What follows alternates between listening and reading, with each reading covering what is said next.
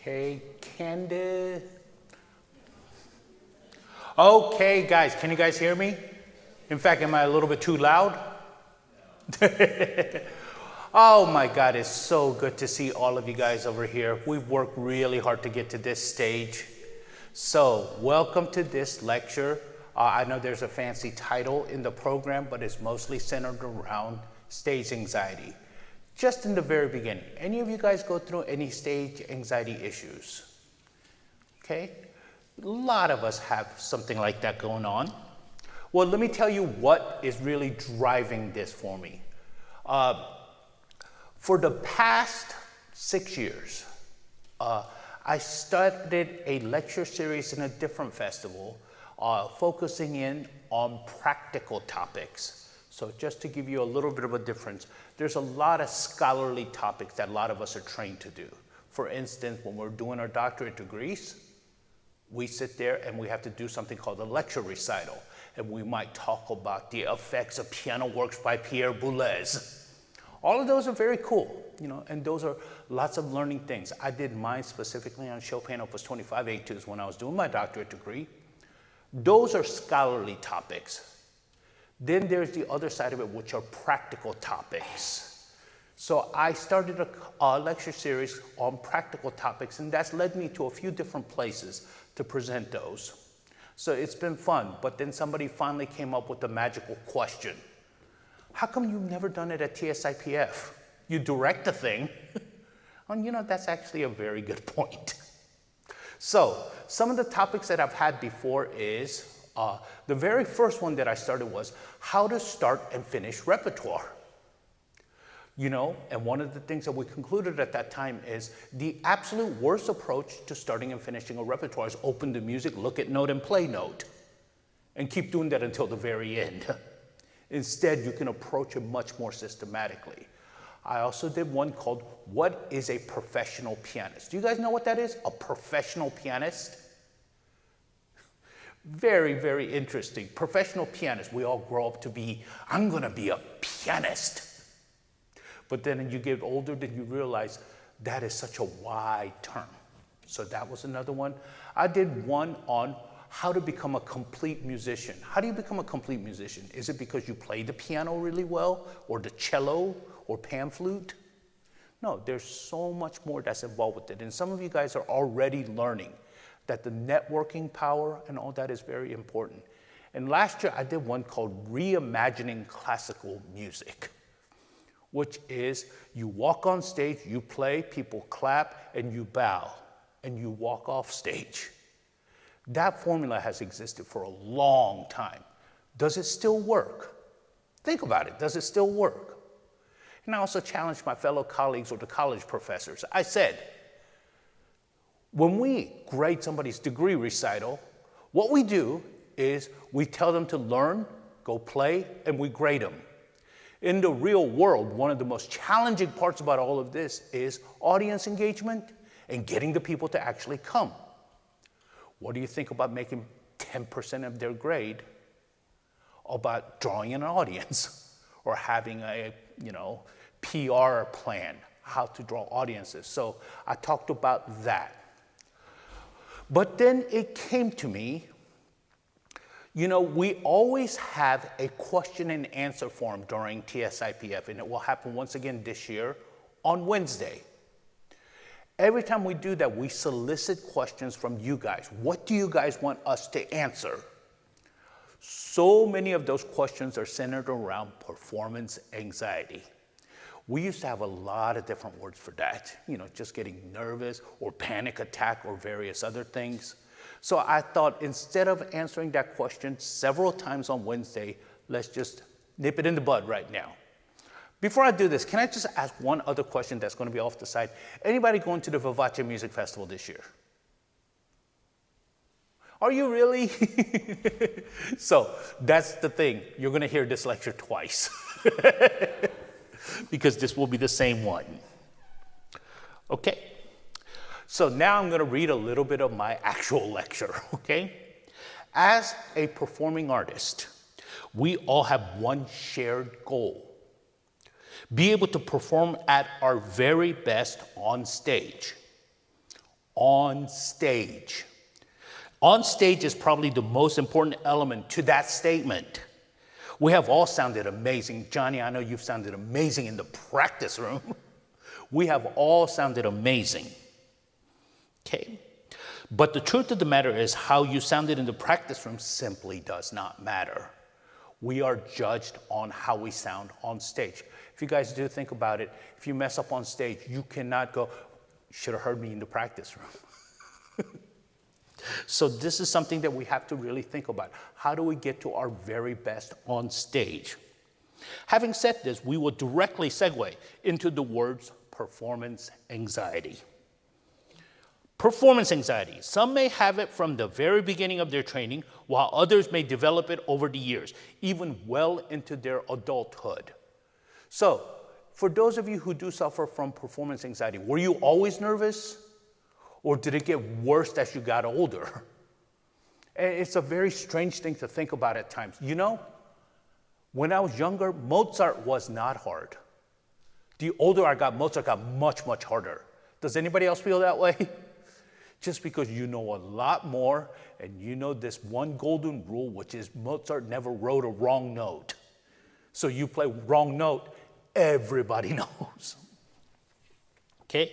In my opinion, performance anxiety might be the biggest obstacle for many musicians, both young and old. I'm sure many of you have addressed this issue with your mentors, and you have all received very sound advice. However, if we were to ask 5 more faculty members, they might all provide 5 different answers, which will also be equally excellent answers. Now, it will be easy for me to say there is no one right answer. However, instead of saying that, I will say you will have to discover the right answer that works for you. Okay? So that is one of the best ways to overcome stage anxiety. You have to know what works for you. Okay? You have to come up with your own formula to overcome your own personalized set of solutions. That is a very true statement. Okay? Today's presentation will hopefully make many of you think about your own formula and how you will each discover your own solution. I, at my age, which is very old, have my own set of routine, which I have used for years. I used to suffer from pretty severe case of performance anxiety. And I will tell you a little bit of a secret. You know, I was telling you that you sometimes have it develop over the years. All the way up to my senior year in high school, never. I remember playing a solo in front of 4,000 people, not one bit of an issue. I got to college, so I thought of myself to be really good. But no, it was not the case. What happened was I had suppressed my performance anxiety for a lot of years. Then it came crashing on me my first year in college at my first studio class. I remember sitting down at the piano and I asked myself, what's that clicking noise? Turned out to be my teeth. And I had to go through it, fighting this for at least 2 years. Went through a psychologist and just going, what is going on? And battling it is something that I'm so happy I had to go through because it really made me address this. Okay? So going back to the speech, I, at my age, have my own set routine, which I've used for years. I already said that. Okay? However, over the years, with many advices from several people, I am now at a stage where I actually look forward to being on stage. How many of you guys look forward to being on stage? How many of you guys dread being on stage? If you do dread being on stage, this is why we're trying to overcome this, okay? I actually look forward to being on stage. This did not happen overnight. Instead, this happened through dozens of advices, and I was able to gather all those and formulate it into my own formula. This takes a lot of these thoughts and also a lot of trial and error. So let's start from the beginning and see if you can all come up with your own formula. Sorry. To start, let's go over some common symptoms of performance anxiety. We can break the symptoms, common performance anxiety symptoms into two categories. The first one is physical. Okay? Physical anxiety symptoms include cardiovascular, rapid heartbeat, palpitations, or feeling like the heart is pounding. Who knows that feeling? Okay? Next one. Muscular, trembling hands, shaking knees, or intense muscle tension, jaw, neck, shoulders. That was the one that manifested in my freshman year studio class. My teeth were just like, whoa, okay? And sorry, I have to include this one, guys. Gastrointestinal, nausea, butterflies in the stomach, or dizziness. Also having a strong urge to go to the bathroom. We're all adults, or most of us. But that is actually a symptom that does come up. And final one, this one is still something that I suffer from.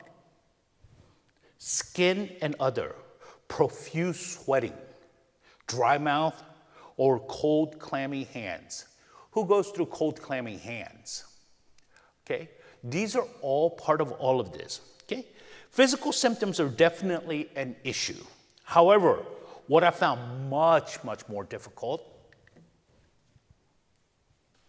mental. Let's talk about the very first one. Intense fear, dread, a feeling of overwhelming anxiety or panic before or during an event. Anybody gone through that before? Next one. Negative self-talk, overthinking perfection, and persistent fears of failure or humiliation. I think the humiliation part that we keep thinking about is pretty strong, okay? If you ever find yourself stewing, do you know that word stewing? Your mind just gets spinning out of negativity, okay? It is part of negative self-talk, okay? And this one, I don't know if anybody's ever gone through this, cognitive dysfunction. Mind going blank, okay? Inability to concentrate and memory lapses.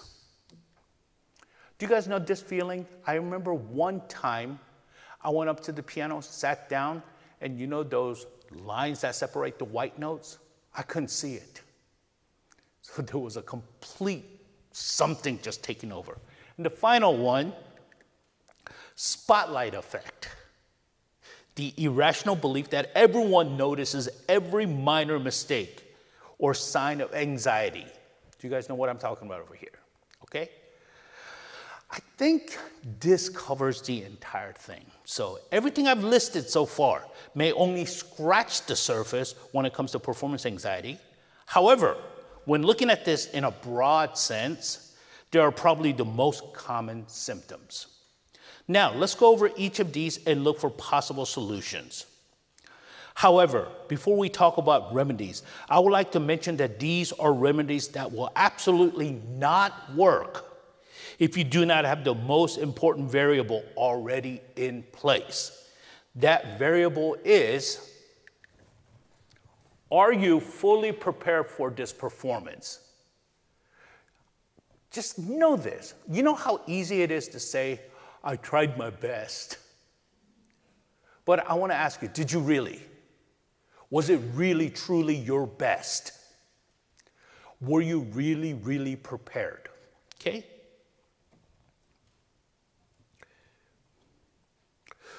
I did my best. Did you really? Did you do everything, and I mean everything possible to be fully prepared? We have had many of these question and answer forums here at Texas State International Piano Festival, which means we've had many answers from previous years.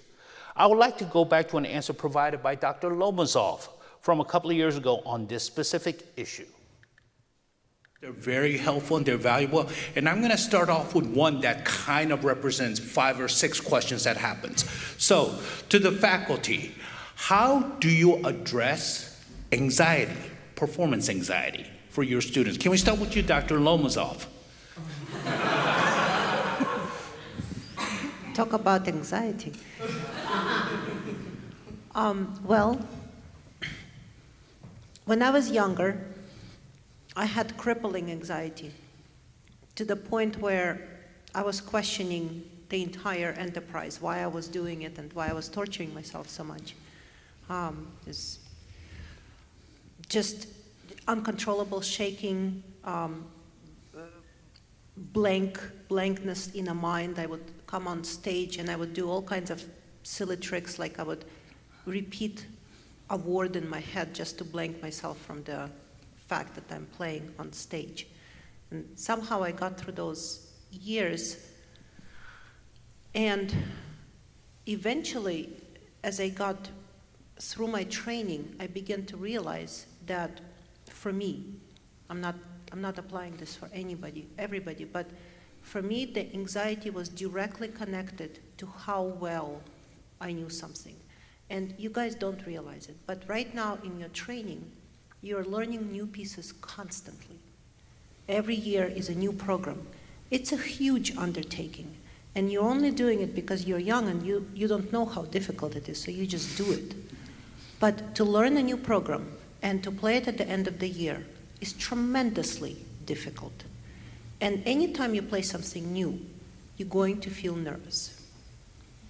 So anxiety is part of the learning. Embrace it as something that is an engine that keeps you striving to learn your program better so you can have less of it. But it's going to be a part of your learning experience. There is no going around that. Accept through the best possible preparation. So I would stress preparation process as the way out of anxiety.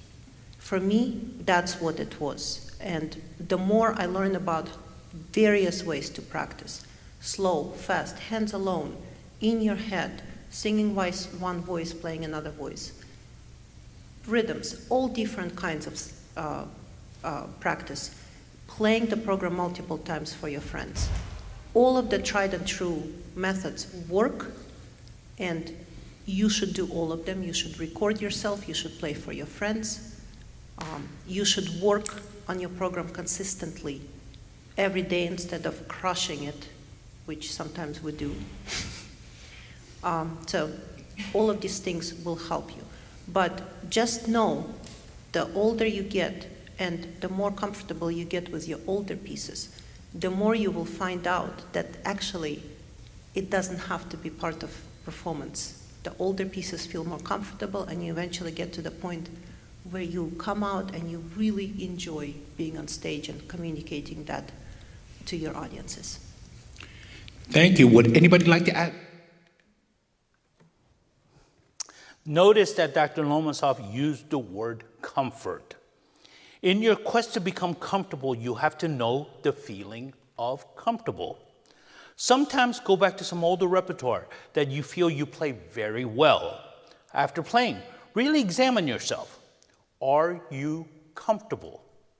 If yes, why are you comfortable? That level of comfort is what you are going to strive for every time you are preparing. I want to make sure you guys all understand this. So sometimes with a lot of students, I talk this specific language, and some of you guys might understand this. I will ask the student, do you own that music? Whenever I ask a question like that, do you play that piece better than anybody else? All of you guys take 10 seconds to think about a piece that you own. You know it better than anybody. What piece do you just really play? And I'm not going to ask anybody else except for Taiga. No, I'm kidding. Think about this.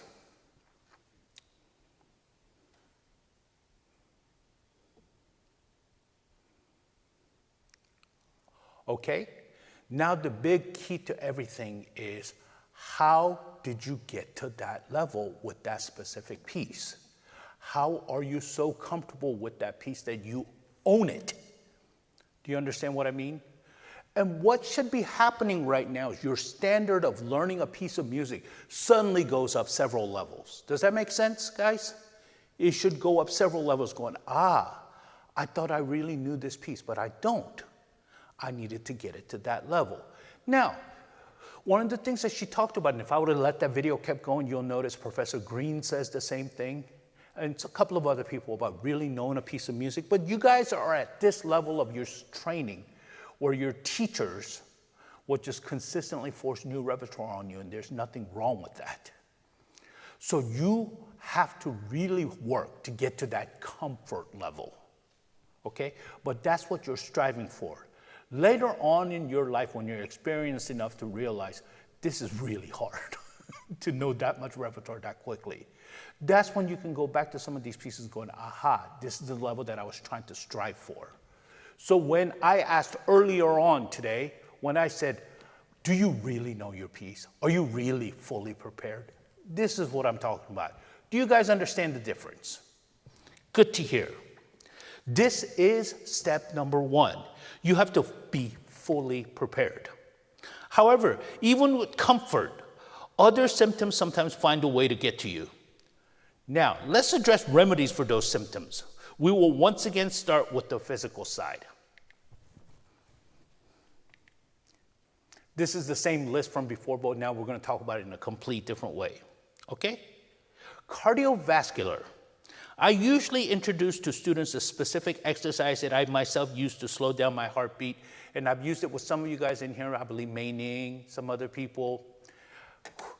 Do any of you guys remember my candles trick? What I ask you guys to do is put your finger in front of your mouth, pretend this is a candle with a flame on it. You're going to take a deep breath.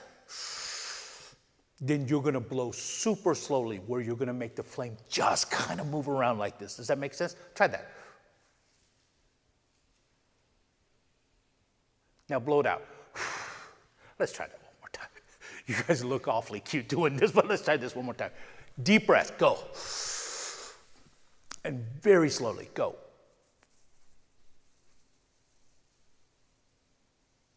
Blow it out. Okay? Any of you guys use Apple Watches or any other things? Put on the heartbeat function and try this.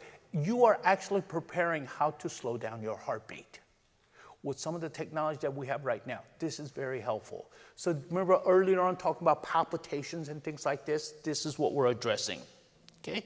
Some of you already know about my candle flame. Furthermore, when practicing, this is one of the craziest ones. But I hope some of you guys will try this. When practicing, especially before an important performance, I do like to run really fast. I mean, physically run, not run through my pieces. Physically run really fast. Don't imagine that, guys. Really fast.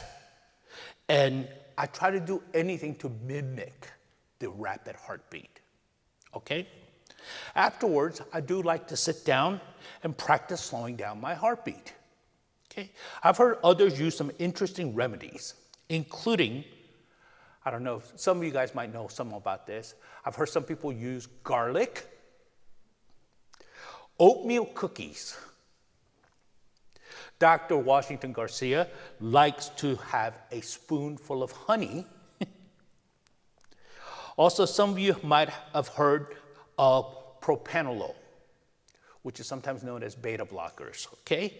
I am not for or against propranolol. I debated whether I should even mention it or not. The only thing I will say about this is you need to discuss this with your primary doctor. And I know a few musicians who have used it before with success. And also, have you guys all heard about bananas? Okay, supposedly has this magical thing called natural beta blocker within all that potassium overload. I have no idea if it works or not scientifically, but in a, it's one of these things, I've used it so much, just bananas. I don't know if it actually works or not, but it's just become a part of my routine. So, all right, this is for the physical things, especially about slowing down the heartbeat. Next, just like the list before, muscular. One thing I found very helpful is to do everything I can to not be surprised by anything. Before the performance, familiarize yourself as much as possible with the performance space, okay? And this is something that helped me out so much when I was a freshman and sophomore in college. This includes walking around the stage before the concert. Just walk around the stage. Pretend that this is your place, okay? Smell everything. I know that seems outrageous, sort of strange, but if you walk on stage and smell something funny, even that could throw you off. Staring at the lights. Remember me telling you the white part, the lines that separate the white notes? That's what did it. I walked out on stage. When I bowed, I stared directly at one of the spotlights, and I came back, and I just see dots everywhere. And I couldn't really pinpoint things. So practice staring at the lights. Checking for glare. Oh, this one's important. How many of you guys have sat down on stage and you look at the keyboard and you notice the black key shadow just covering over the white part, and that throws you off? Sometimes if you would be prepared for that by familiarizing yourself, you might not get thrown off. But I did notice that this is something that does tighten my muscles just a little bit because I feel a little bit surprised. I have found that muscular symptoms show up when I get surprised. Hence, try to eliminate as many surprise factors as possible.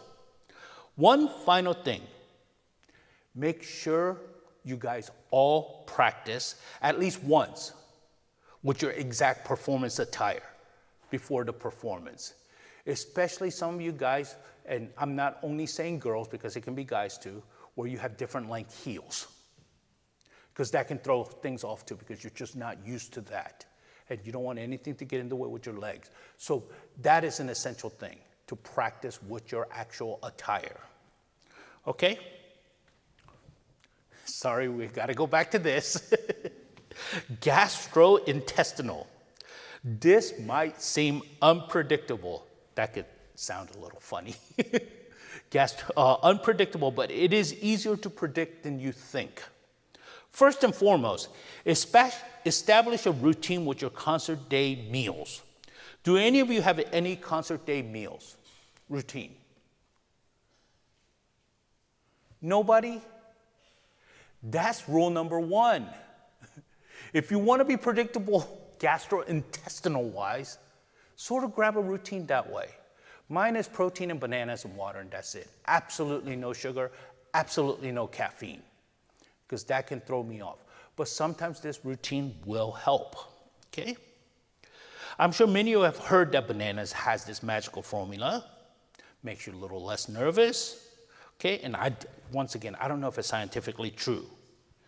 After following my routine for years with my performance day meals, I'm happy to say I have not had any issues with the gastrointestinal part for decades, okay? Bananas can have a placebo effect. Do you guys know what I mean when I say that, the placebo effect? But it's part of my life right now, okay? Develop your own concert day eating habits, your meals, okay? Perhaps you might even consider your concert day eve meals, okay? Because sometimes that can creep up too. You never know what might linger onto the next day. Skin, other, profuse sweating, dry mouth, or cold, clammy hands. Do any of you suffer from any of this during concert days? What are some of your solutions? Can I have some people? Who has cold hands?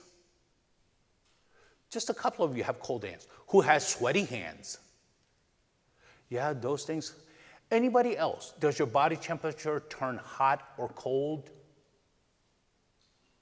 But these are all factors that do really come in, okay? I fall under the category of clammy hands, okay? And I only get clammy hands before concerts. It's really unfair. It just never happens before, okay? My solution is simple, though. I always have a dry towel with me before performances. If I ever forget, I get a couple of paper towels from the bathroom, and I have it with me. Some of you guys get cold hands. Okay, what are some solutions for cold hands? Anybody want to share? Sure, Josh. So turning off the AC will help with the cold hands. Sure. Anybody else with cold hands and solutions? Yes, Elijah.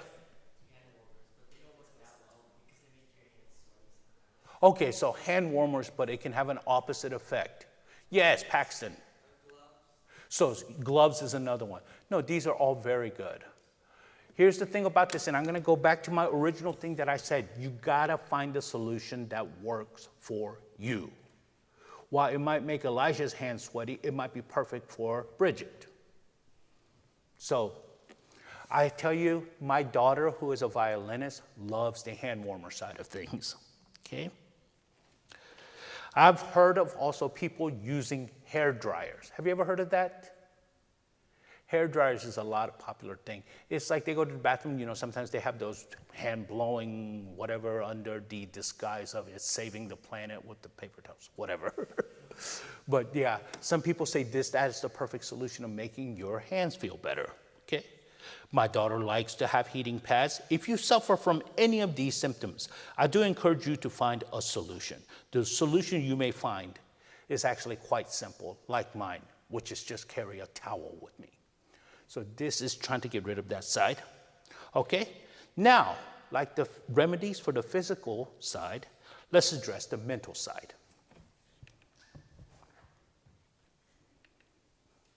Once again, we get to this. Intense fear or dread. I'm sure most of you know what I'm talking about.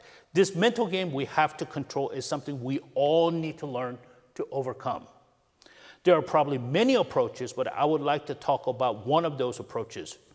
Right before the performance, and everybody think about this, do you think about the music or remove yourself from the music? Do you know what I'm talking about? So you're about to go on stage and you're about to play the Appassionata. 30 seconds away from putting your foot down and going on stage. Do you think about the Appassionata or do you think about what you're about to have for dinner? Now, that sounds silly, but this is actually a very, interesting question. Because if you think about the Appassionata, you might stay within the moment much longer. But if you think about the Appassionata, you might think about all the mistakes that you might make, which is going to have that negative effect. So you remove yourself and you go up on stage and you're about to play the heck out of the Appassionata. And please forgive me, I don't know why I picked the Appassionata. I guess I like saying it. Okay? But the whole thing about it is what works the best for you. Personally, I have tried both. Sometimes all I think about is the music right before I walk on stage. Other times I try to remove myself as much as possible from the moment so I don't think about it too much or stew in it. My most favorite moment was, I believe this was in 2006. I was about to play the Liszt Second Concerto. I don't know, many of you guys know the A Major Concerto in Korea with the Jeju Philharmonic, and it was a very big moment for me. But back then, I did find myself often just getting into the negative sides of things mentally. Then I discovered the wonderful world of James Patterson. Who here knows James Patterson? He's one of those turn-page authors, like very, very easy to read. And it's just a crime thing, so it's a page turner, things like this. This is actually the true story. Before the orchestra, or before I put my foot and walked out on the stage to play this concerto, 30 seconds before, I was still reading. So I completely removed myself from that. And when I walked out on stage, the one thing that I did discover was that I did not have time to get nervous. Now, this will not work, going back to the original point, if you're not prepared. Suddenly, it's not going to be suddenly, it's going to get better. So, let's see. I recall reading my last word, and I was bowing to the audience within a minute. Now, ideally, it is best for us to concentrate on our music. However, sometimes it is better to remove yourself from the moment because negative self-talk. I believe we are all familiar with this, but I just want to take a poll. Who here does not know what that means? Or has never gone through that? where your head is filled with doubt about what's about to happen. Bridget, you've never gone through it, right? Jeff, you don't know what that feeling is? That's good. See, I wish we were a lot of us were mentally strong, but sometimes it's very difficult to block that. This is not done by reason. In fact, it's done by absolute, like insanity. It just creeps into your head, okay? I believe we're all familiar with this, except for Joshua, respectfully. Sometimes our thoughts take over with nothing but negativity. This might cause an overwhelming amount of anxiety. You must discover ways to control this. One way I deal with this is balancing it with an overwhelming amount of positive thoughts. I had a student a couple of years ago that was a father to an infant child. When we discuss having positivity, I suggested to him to bring one of his son's toys onto the stage, a small one, and put it in the piano for the duration of the performance. He still does this to this day. And it's quite touching. You know, you bring a little squishy doll or something, you put it in the piano, and you feel like your son is with you. Now, that's just one. Don't go out and have sons. That's not what I'm suggesting. Okay? For us, we can come up with our own positivity. Okay? Meaning, may I ask you a question? When you're performing, do you ever think about mango? That's good. That's good. For those of you that don't know, that's Mei Ning's dog. Are you surprised I know that? Okay. Or Paxton. Do you ever think about why you're Lightning McQueen? No. Are you wondering why I know that? Okay. Was it just the nurses, Paxton, that knew that nickname? That's between us now. Sometimes having fun thoughts might be the perfect solution. In fact, I encourage all of you to practice thinking about positive thoughts. Can we take about 10 seconds, everybody, and think about something positive? I am going to pick on you, so make sure you actually do this. Love it. You guys are great. Jane, what'd you think about? What's positive that's in your head? Eating. I love it. I love it. I will tell you, positive things about things that you really do like to eat is one of the most powerful ones. Thinking about family members, thinking about something that made you laugh. I recently heard this comedian, he says, it was a man, he says he was in the locker room, he took the shirt off, and this old man came up to him and said, "Olivia?" I don't know why that's so funny. So this elder gentleman thought that that was his wife. And he's never been so insulted in his life.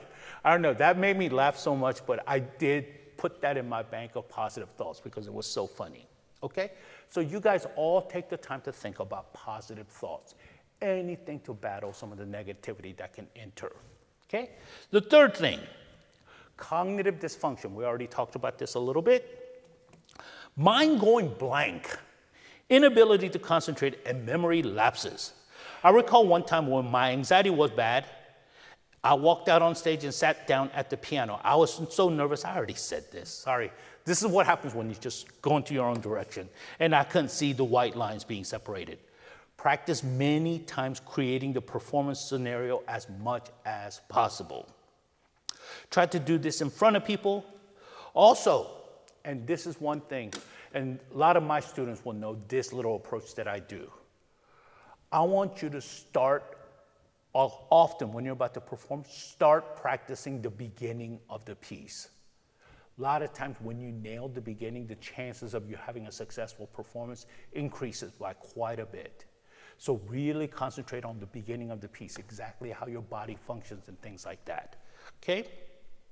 My specific formula for pre-recital warm-up is, so we talk about this with some people. Let's say, you know, like Dr. Guzman's over here about to play last night at 7 p.m. He gets into this space at 6:15, and he's going to warm up until 6:50. So he has that 35-minute preparation time, okay? If that was me, what I would do is I would hit the hard spots of my program backwards. So whatever the first piece is, that's the last thing I'm going to do in the warm-up. So I have piece 1, 2, 3, 4, 5. I start with 5, hit the hard spot, then go to 4, 3, 2, 1. And that 1, the last thing I do is the beginning of that last piece, or that first piece. That's the last thing I do. The reason for that is when I walk off stage, there's only a 10-minute break. Then I walk out, and it's the same thing I did 10 minutes ago. Does that make sense? So this is what I try to do, okay? Try to also do this in front of people and, you know, how to warm up. So let's say that you know exactly that you're going to have 35 minutes to warm up. Then practice how you're going to warm up for 35 minutes. So practice exactly what you're going to do for that 35-minute period, okay? Next, spotlight effect. This is one of the funnier things. You guys are all probably way too young, but June, maybe you remember. Do you remember a show called Seinfeld? Yeah. Seinfeld once made this joke that I thought was hilarious. He goes, they surveyed a bunch of people in the US and asked people, what are you most afraid of? Do you know what number 2 was? Death. You know what number 1 was? Public speaking. Number 1 was public speaking, which is an amazing thing. If you think about it, piano playing is basically public speaking. You're there, all the focus is right on you, and that's what people are most afraid of. So spotlight effect, okay? And I don't mind telling this story. I was telling this to Walt. There was this wonderful movie called Bull Durham, and it's a baseball movie, and there was this pitcher that they featured on there. His name was Nuke LaLoosh. And he was having one of his panic attack dreams. And he was actually in a baseball game pitching, only in his underwear.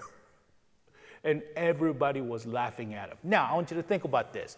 Being almost nude in public is a dream some people suffer from.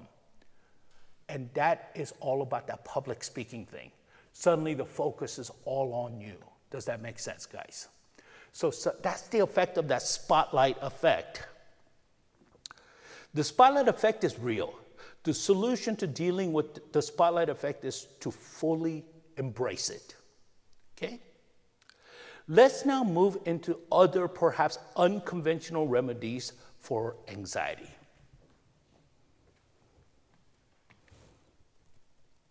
Try to rid yourself from past negative experiences. This one is specifically talking about trauma, specifically on stage. Any of you guys carry around any traumatic experiences from piano? Okay. So the biggest thing that you can do right now is you gotta find a way to get rid of that experience, okay? Sometimes we are overly consumed by negativity, almost tragic experience from the past. It is extremely important to get past the negative experience. With this in mind, I want to once again play an answer from a previous year, including a fun answer from Professor Michelle Kahn and a different answer from Professor Brad Boland. For me, I would say, it depends on the city that you're in, but you can find one of those facilities where you put on the helmet and you can just smash things. I tend to do that. I just smash a lot of things and just let it out, but do it in a controlled environment. Sorry, I had to. I have nothing else more productive than that. Would anybody like to add to this? Dr. Boland. I always tell my students there's 2 parts to learning a program. There's learning to play it for yourself and your teacher, and then there's learning to play it for other people. And those 2 things are not related in a way you think they are.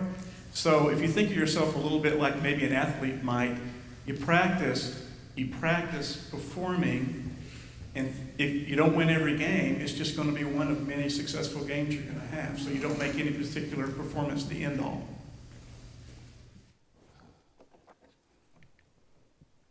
Okay.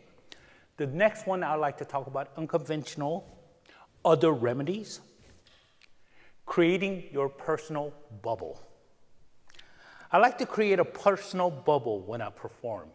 I'm sure that is a very confusing statement, but let me explain. Although there are going to be a lot of eyes on you, the immediate space around you is your personal space. And while you're projecting your music to the audience, you are doing this within your own safe space.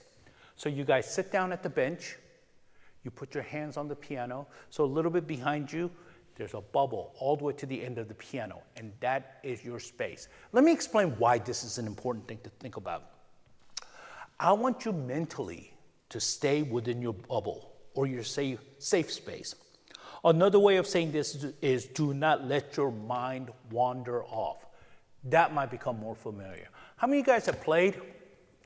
Then your mind is somewhere else. This should be quite familiar to a lot of you guys. Now, during performances, as you're playing, your mind wanders off into the audience and you worry about what they're thinking.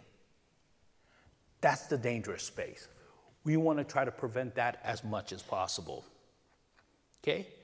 Before, during performances, I sometimes thought about how other people are perceiving me and my playing. This means your mind has gone beyond the bubble. This technique actually takes some practice. Next time you are practicing, I want you to actually practice this technique. See how long you can actually stay focused. Start your piece and see how long you can stay on the piece mentally. Okay? If you find yourself wandering off and going to some different thought process, stop and analyze what you are doing and how you got to that wandering off stage. I find this technique very important, especially at blocking out negativity during a performance. So this is an unconventional one, but I find this very effective. Another one, and this is going to be controversial, but I do like to say this.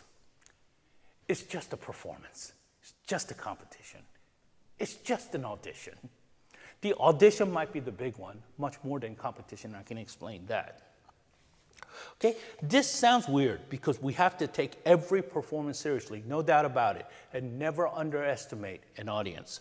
However, taking it too seriously can have a negative effect. To elaborate on this a little bit more, here is another answer from a previous year, this time by Dr. Enrico Alisi.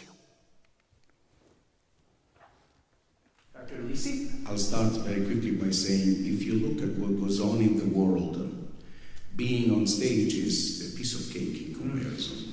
And so often one of the things I relate to is that there are so many people that are living miserable lives and suffering, real sufferings. And so if we feel a little funny here and so on, it's because, like Dr. Garcia said, maybe we are making it too much about ourselves. It's only normal to feel nervous. It means that you care about what you are about to offer, to your audience. But for some people, I think it feels funny the first time that you are on stage and you are asked a bunch of questions such as these today. So you feel really nervous, right? You feel more prepared to go on stage when you play your recital than when you are receiving questions that you don't know answers to, you see. So you have so many alternatives to experiment with feeling funny on stage in your life that perhaps you should think a little bit that you have to rely and to trust your preparation, first of all. And one thing that I discovered for myself is that just before walking on stage, I often truly think about all this preparation was about an act of sharing the love of music and what you feel about this music with others.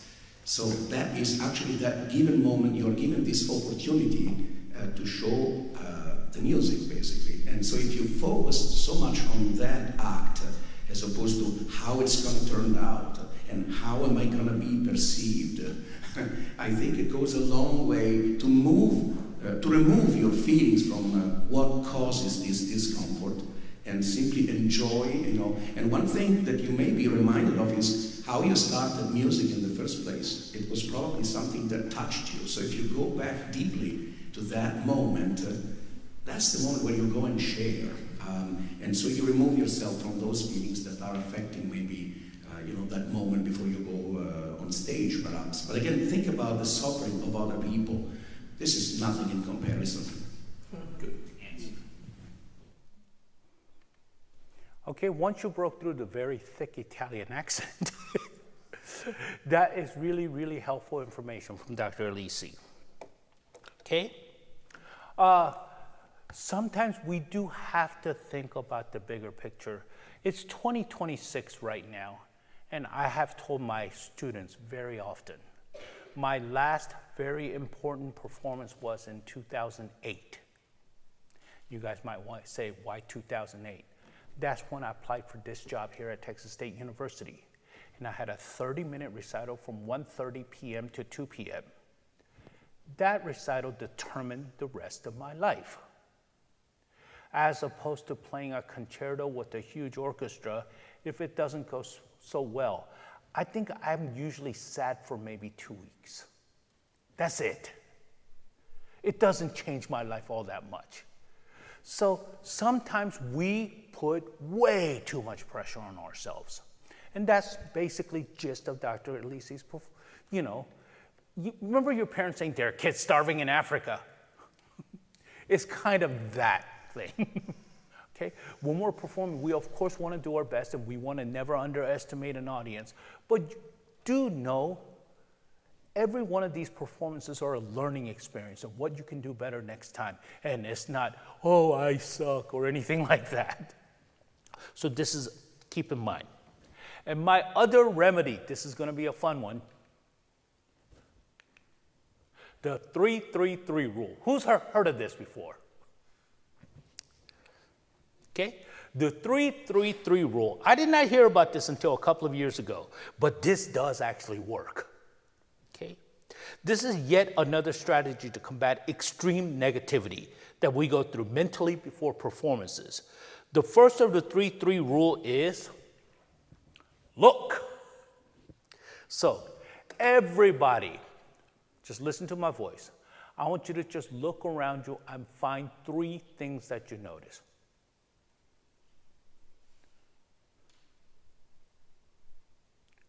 Do you have 3 things? Everybody? Good. Look around, identify 3 distinct objects in your environment. A chair, a plant, a pen. Let's all try this without saying a word. Look for 3 things and say what it is in your head. Okay? So you guys have thought about the 3 things. This one's a little bit trickier. Listen. Everyone, close your eyes and identify 3 sounds, such as traffic, birds, or your own breathing. This one might be a bit more difficult, but give it a shot. Perhaps close your eyes. Give it a shot.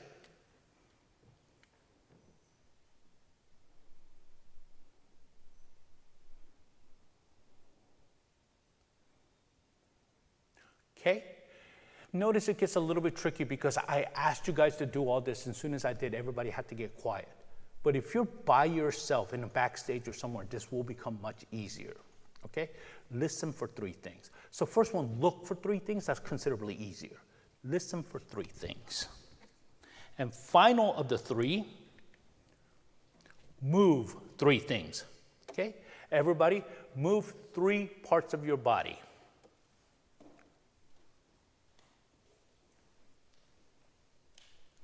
Okay? After you're done, move 3 other parts of your body.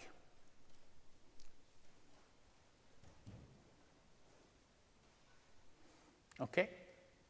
So guys, next time you perform, which will be this weekend actually, for many of you, try these out and see if it helps blocking out negativity. I've used this often, I like all 3, but it's the listening one. Because the listening one actually has to kick in a specific level of concentration. And when you have to do that, I did notice that just the nervous side of the mentality sort of falls out a little bit because you replace it with concentration of trying to find 3 different sounds. Okay? As I mentioned in the beginning, as a performing artist, we all have one shared goal: be able to perform at our very best on stage. However, one of the biggest obstacles to performing our best is performance anxiety. If you are a sufferer of performance anxiety, please know, and I'm sure you guys do this, but please know you are most definitely not alone. Also, there are many people who have overcome it and actually look forward to being on stage. Okay? I hope some of the solutions I suggested is helpful, but always remember, you have to come up with your own solution. So keep tinkering with it. Keep trying various techniques. Keep trying various different eating habits, different shoes, hair dryers, heating pads, anything else, so you can come up with your own formula. Any of you guys have any questions? I think you guys, I'm looking at your face, and we've been here about 24 hours. How are you already tired? You're in for a long week, if you are. But I hope everybody's having fun so far, and please do think about this often, about how you can come up with your own way to overcome performance anxiety. Okay? Thank you so much, guys. Thank you.